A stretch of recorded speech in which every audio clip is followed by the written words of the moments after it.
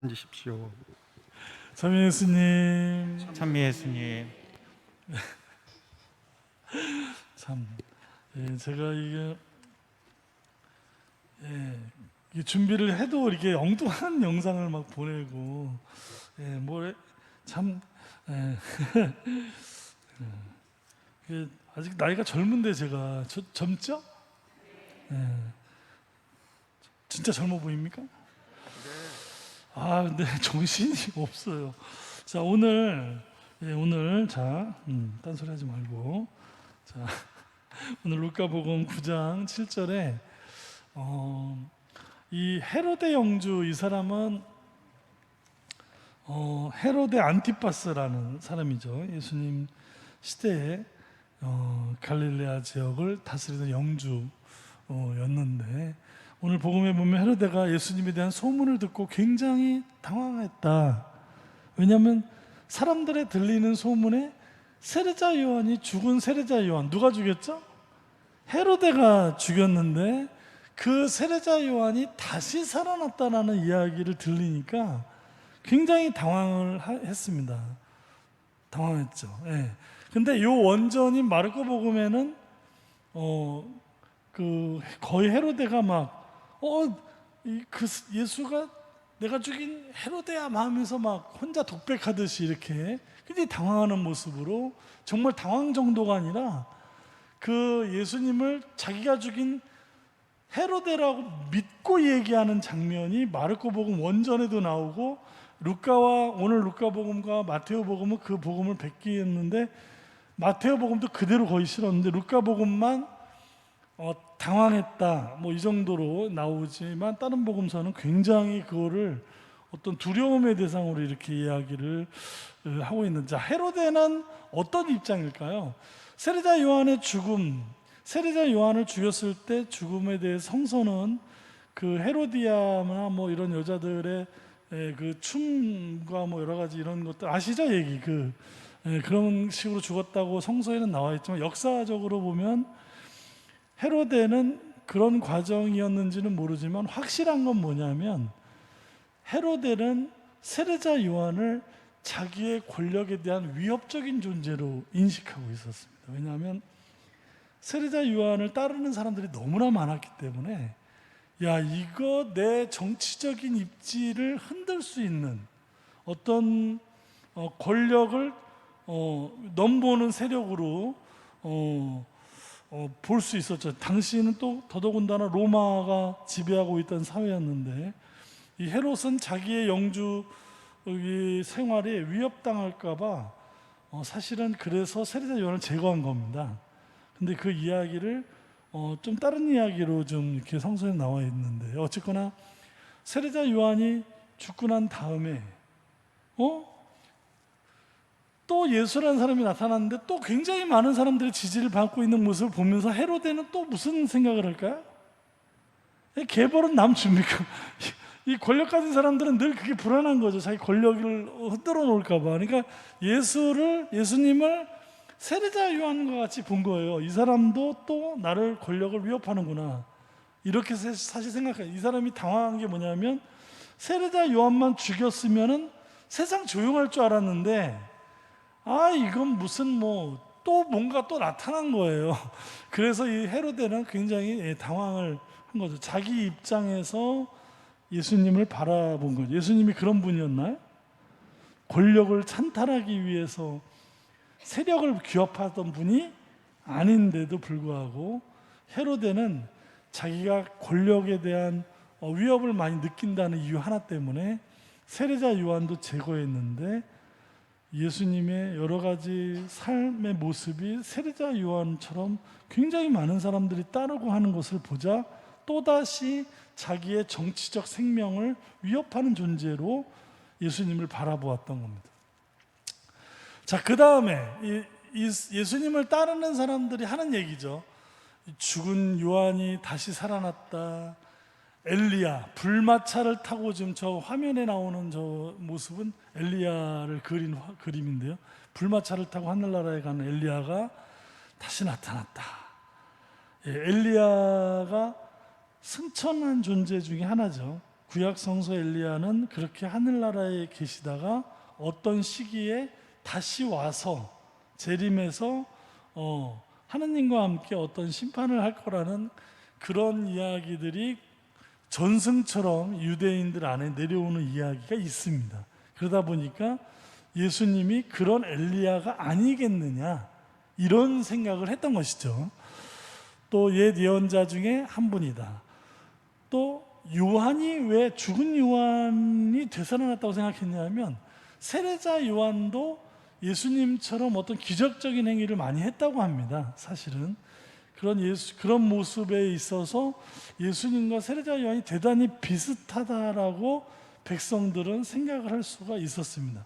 가르침에 대한 구체적인 차이가 굉장히 많이 나는데도 불구하고 그런 것들 때문에 사람들은 예수님을 보면서 죽은 세례자 요한이 되살아났다라고 착각을 할 수 있었던 부분이 분명히 있었죠. 또 이 사람들의 공통점이 뭐냐면 이런 분들은 다 이 권력에 대한 굉장한 백성을 위하고 권력자들과 대항했던 분들, 예언자들이 백성의 목소리, 하느님의 목소리를 냈던 분들이고, 당시에는 로마가 지배하고 있는 시대고, 이 어떤 식민지에서 벗어나고 싶은, 해방되고 싶은 욕구, 그런 바램, 또 헤로데와 같이 그 로마의 앞잡이 노릇을 하면서 백성의 고열을 짜고 있던 이 앞잡이 권력자들로부터의 굉장한 어떤 목마름, 해방의 목마름이 백성들 사이에 있었기 때문에 그리스도가 오신다, 메시아 대망 사상이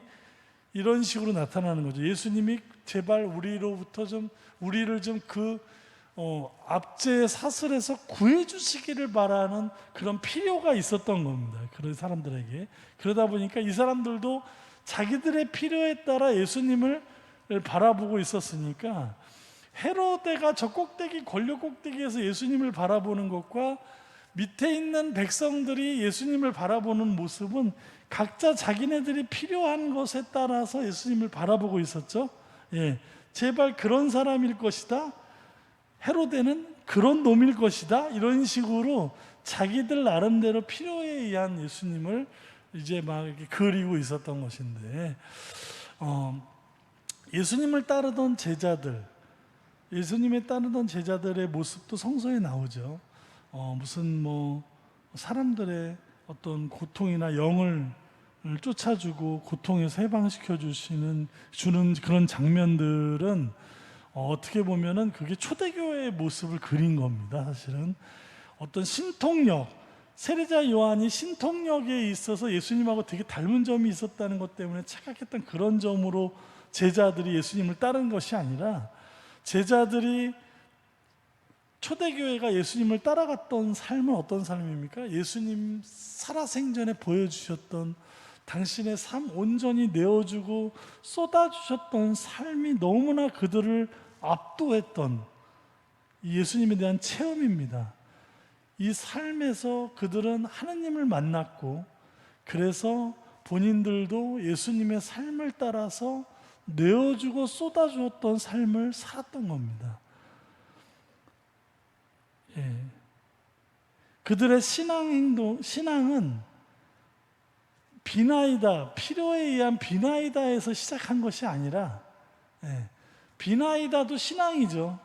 신앙의 형태 중에 비나이다가 왜 없습니까? 우리도 주일마다 신자들의 기도하면서 항상 비나이다죠. 주님 저희에게 100일 기도하면서 비나이다 안 하세요? 나만 하나? 아니 100일 기도나 9일 기도나 40 며칠 기도 50 며칠 있지 않습니까? 그런 그런 수십일 기도하면서 우리는 하나님한테 비나이다 합니다. 왜냐하면 그게 나쁜 게 아니죠. 우리 신앙 형태인데, 초대교회 공동체는 비나이다로 시작한 공동체가 아니라는 말입니다. 이 초대교회 공동체는 희한하게도 예수님의 삶이 너무 그 삶 안에서 체험했던, 예수님의 삶 안에서 체험했던 그것이 온통 그들에게는 하느님에 대한 체험이었습니다. 이 내어주고 쏟아주셨던 예수님의 삶이 너무나 좋았기 때문에 거기에서 하느님을 만났고 하느님이 우리와 함께 계심을 체험했던 공동체는 그런 삶을 살았고, 그 공동체 안에 옛날에 얼마나 함께 모여 살았던 그 공동체 안에서 사람들이 그렇게 사니까 우리는 몇몇 사람한테만 그런 모습을 봐도 마음이 따뜻해지고 그냥 막 이렇게 감동을 받는데, 온 공동체가 다 서로를 내어주고 쏟아주는 삶을 산다고 해보세요. 그 감동이라는 거 이루 말을 할 수가 없습니다.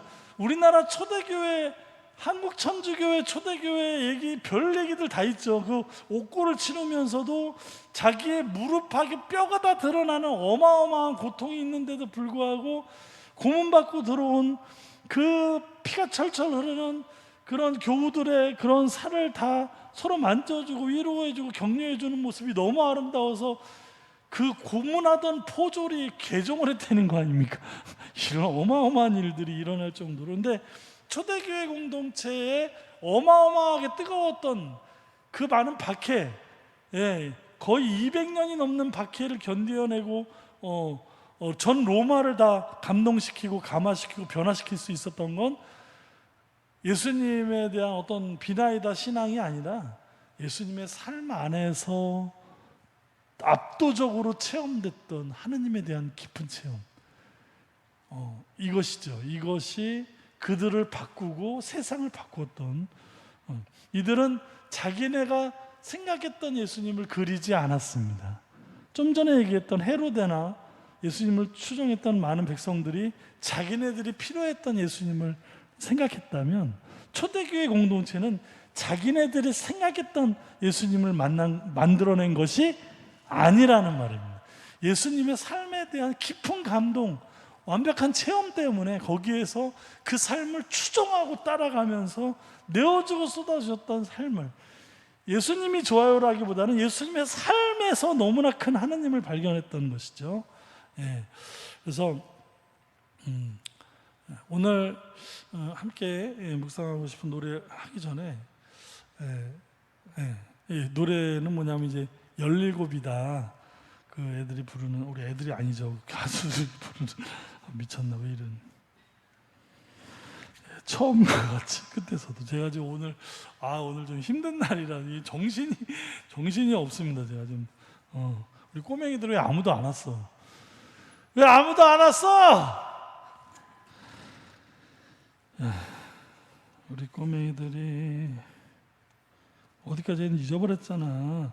처음과 같이 끝에서도, 이 노래인데요. 이 노래에 보면은 노래가 무슨 수도자 무슨 노래예요. 가사말이 그냥 예수님이 너무 좋아서, 내가 태어날 때 당신의 숨으로 낳으시고 삶의 끝에 돌아갈 때 당신의 품으로 돌아가리라. 눈을 뜨면 당신에게 입맞춤을 하게 하시고 해가 지면 당신의 자리에서 잠들게 하소서. 입에서 나오는 첫 마디 당신 이름 되게 하시고 잠들기 전 당신 생각하게 하소서. 나의 발걸음은 당신을 향하게 하고 그 끝에서 당신 품으로 맞이하게 하소서. 삶의 시작과 끝, 하루의 시작과 끝은 온전히 하나님 안에서 살고 싶다, 이런 가사말인데요. 이런 얘기는, 사실은 이런 얘기를 들으면 저는 이게 와닿지가 않아요. 왜? 하나님도 좋고 예수님도 좋은데 아침부터 저녁까지 예수님만 생각하면서 어떻게 살아요? 우리 자매님들은 사실 수 있죠? 제일 문제는 본당 신부가 제일 문제네. 이게. 저는 이런 걸 보면 나는 내가 예수님을 아침부터 저녁까지 정말 성모님이라면 내가 할 줄 몰라. 성모님이 여자니까 내가 할 줄 모르겠는데 예수님 남자고 또 무슨 얘기하는 거야. 아무튼 그런데 그 가사 뒷부분에 나오는 내용인데요. 당신과 함께한 나의 삶은 기적이니 그 얼마나 아름답고 그 얼마나 위대한가. 당신의 그 사랑이 나를 살게 하시니 내 어찌 그 사랑을 노래하지 않으리요. 예수님의 사랑, 그 삶, 그 삶이, 그 사랑의 삶이 너무 좋은 거예요. 그 삶을 내가 살 수 있다면, 내가 그 사랑을 살다가 예수님처럼 그렇게 사랑을 살다가 갔으면 참 좋겠다. 이거는 진짜 공감이 가더라고요. 더 보이지 않는 예수님을 사랑한다는 말보다 내 삶이 예수님의 삶처럼 그렇게 사랑이 넘치는 삶이었으면 좋겠다. 이거는 좀 더 피부에 와닿지 않습니까? 두 분이 해주시는 게 어딥니까? 제가 얼마 전에 그 선배님은 정신부님이죠. 뭐 항상 나는 정신부님만 만나고 하루 종일 사는 것 같은데 정신부님이 저한테 뭐라 그랬냐면, 야, 재찬아, 내가 이제 나머지 나의 사제의 삶의 목표는 이제 한 가지로 정해졌대요. 이런 얘기 해도 되나? 아무튼 너무 감동받아서 제가 한 얘기. 제가 얘기했다고 얘기하지 마세요. 시몬이 나한테 뭐라 그랬냐면, 이제 나의 사제 삶에 죽을 때까지 한 가지밖에 안 남았대요. 그게 뭐예요? 하루에 만나는 사람들, 신자들, 그들에게 대단한 거 필요 없고 정말 위로와 따뜻한 격려, 위로와 격려, 따뜻한 격려와 위로, 그들 마음에 따뜻한 어떤 한마디, 힘이 될 수 있는 한마디, 위로가 될 수 있는 한마디를 내가 하고 하루를 마감할 수 있다면, 내가 만나는 사람 안에서 그런 예수님의 평화, 어떤 예수님이란 말도 안 하셨어요. 그분은 그냥 내가 정말 따뜻한 삶에 지쳐있는 많은 신자들을 만났을 때 그날 그들에게 위로가 되어주고 따뜻한 격려가 되어줄 수 있다면, 나는 내 삶의 목표는 이제는 그 하루하루의 삶의 위로와 격려를 줄 수 있다면 자기는 그렇게 주다가 내 삶을 마감하고 싶대요.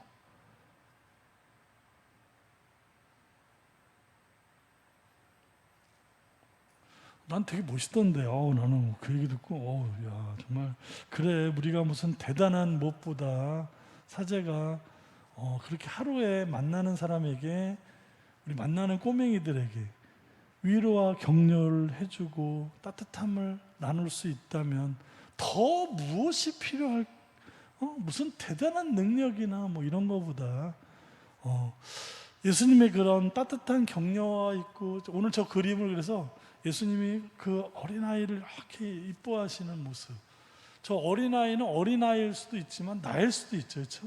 예수님, 하나님 앞에 우리는 얼마나 어린아이입니까? 그렇지 않습니까? 그때도 나는 어른이에요? 아니, 하나님 앞에 우리가 얼마나 작은 존재입니까? 예수님 앞에 저 아이의 그림에 있는 아이는 그건 나 같다는 얘기죠. 우리 같다는 얘기가, 그런 느낌을 제가 받아서 오늘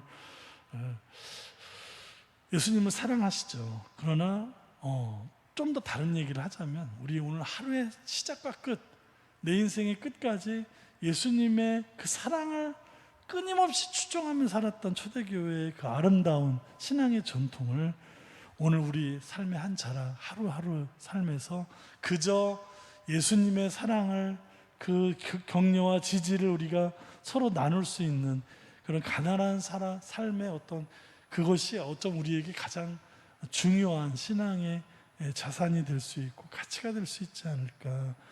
우리가 예수님을 그렇게 살 수 있다면 얼마나 좋겠습니까? 잠시 묵상하시겠습니다.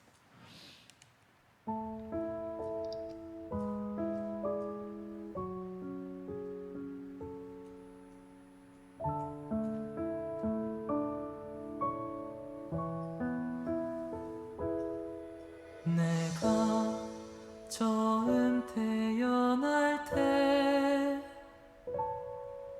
당신 숨으로 낳으시고, 삶의 끝에 돌아갈 때 당신 품으로 돌아가리. 눈을 뜨면 당신에게 입맞춤을 하게 하소서. 해가 지면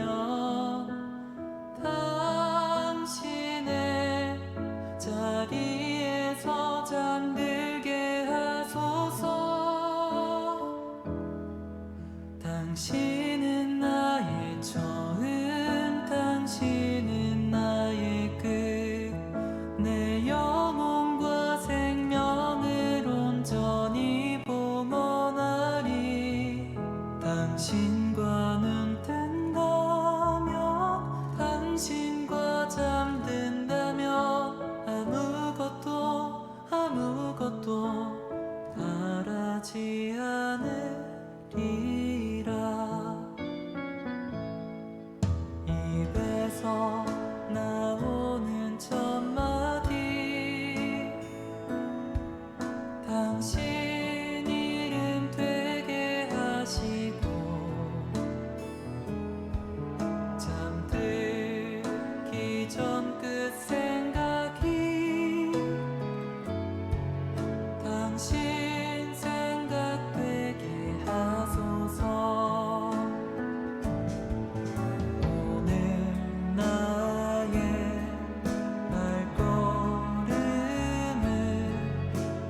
당신